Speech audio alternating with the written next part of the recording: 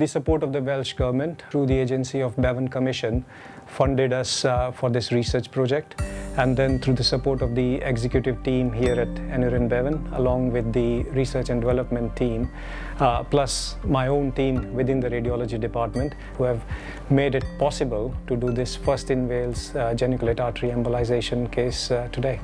This is a procedure which is a minimally invasive procedure, and what it does is basically relieves pain in patients who are suffering from mild to moderate osteoarthritis.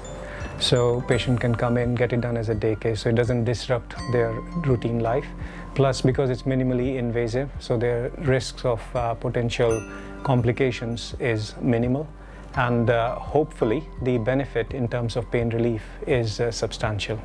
It's a privilege to come up and proctor the first genicular artery embolisation case as part of a new research trial here at the Grange University Hospital in Wales.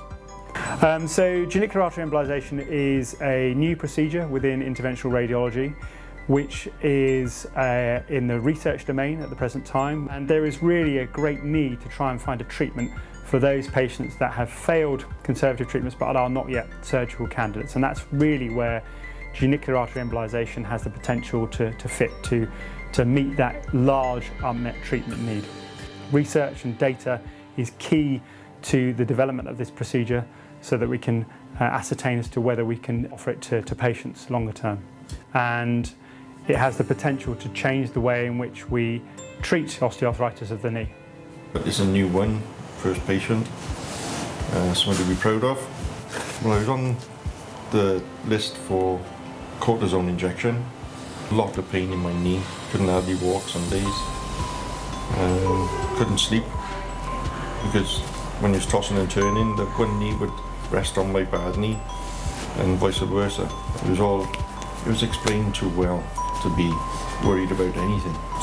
Walking about, I'll be a lot better. That'll make me happy. Grateful that I was the first one to be having it done. I got a lot to thank the people for you. As you know, in current day and age, there is a pressure on the beds. Lack of bed availability is causing a lot of delays. So more things we can do as day case. I think that is where the innovation of this procedure really lies, because we can change the way we are treating patients. So there are hundreds of thousands of people who are living with osteoarthritis, suffering in pain because of osteoarthritis. So the hope is that this particular procedure provides that option to these patients so that they can live pain-free, they can have a better quality of life, and then they can in general enjoy their life much better being pain-free.